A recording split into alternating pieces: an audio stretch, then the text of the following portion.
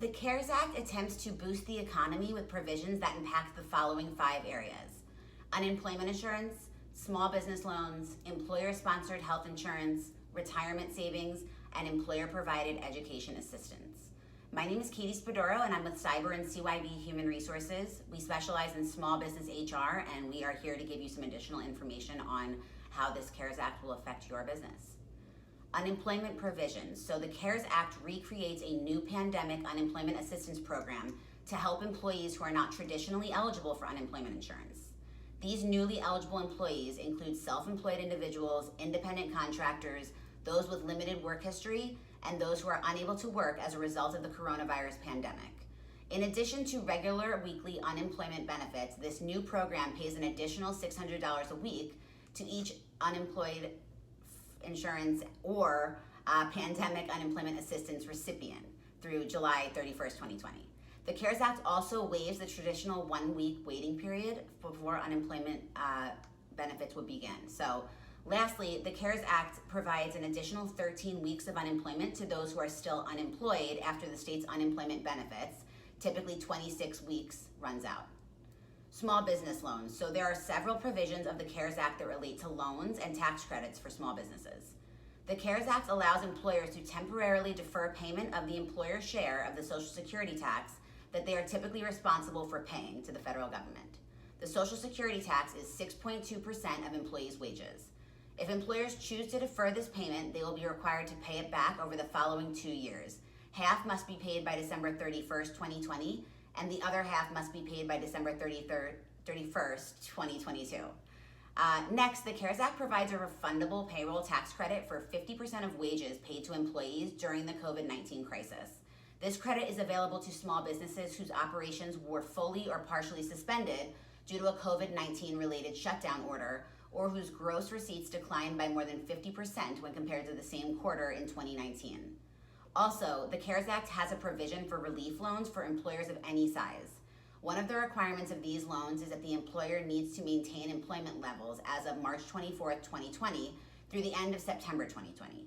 Basically, employers cannot lay off more than 10% of their workforce once they obtain this loan. These loans may be used for payroll costs, healthcare, rent, utilities, and other debts incurred by the business.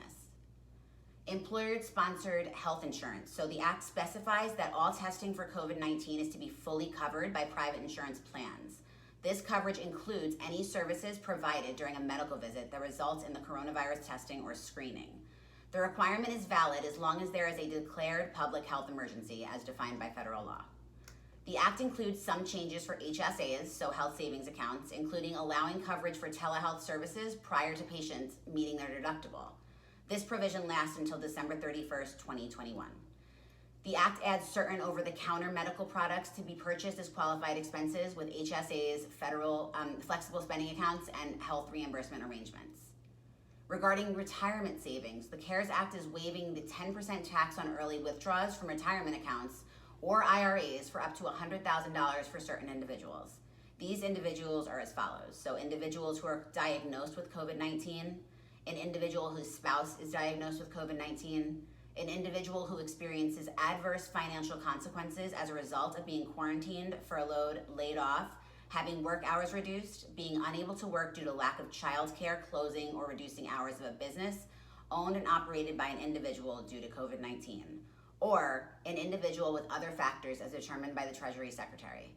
The CARES Act also allows individuals to pay tax on the income from the distribution over 3 years and repay the amount back into the plan tax-free. The CARES Act doubles the current retirement plan loan limits to either $100,000 or 100% of a participant's vested balance in the plan. If someone has a current loan from their plan, they can delay the loan repayment for up to 1 year.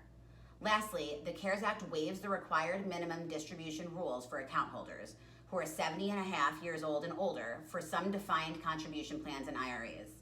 This provides relief for individuals who would otherwise be required to withdraw funds from retirement accounts due to the current slowdown in the economy. Regarding employer-provided education assistance, the CARES Act allows employers to provide a student loan repayment benefit to an employee on a tax-free basis. An employer can contribute up to $52.50 each year towards an employee's student loans. This payment will be excluded from the employee's income. This also applies to other educational assistance such as tuition, fees, and books provided by the employer under current law. This CARES Act provision applies to any student loan payment made by an employer for an employee before January 1st, 2021. Finally, one of the most well-known provisions of the CARES Act is the payout of direct payments to individuals. According to the CARES Act, the federal government will directly pay $1,200 to most U.S. adults and $500 to most children, but to their parents.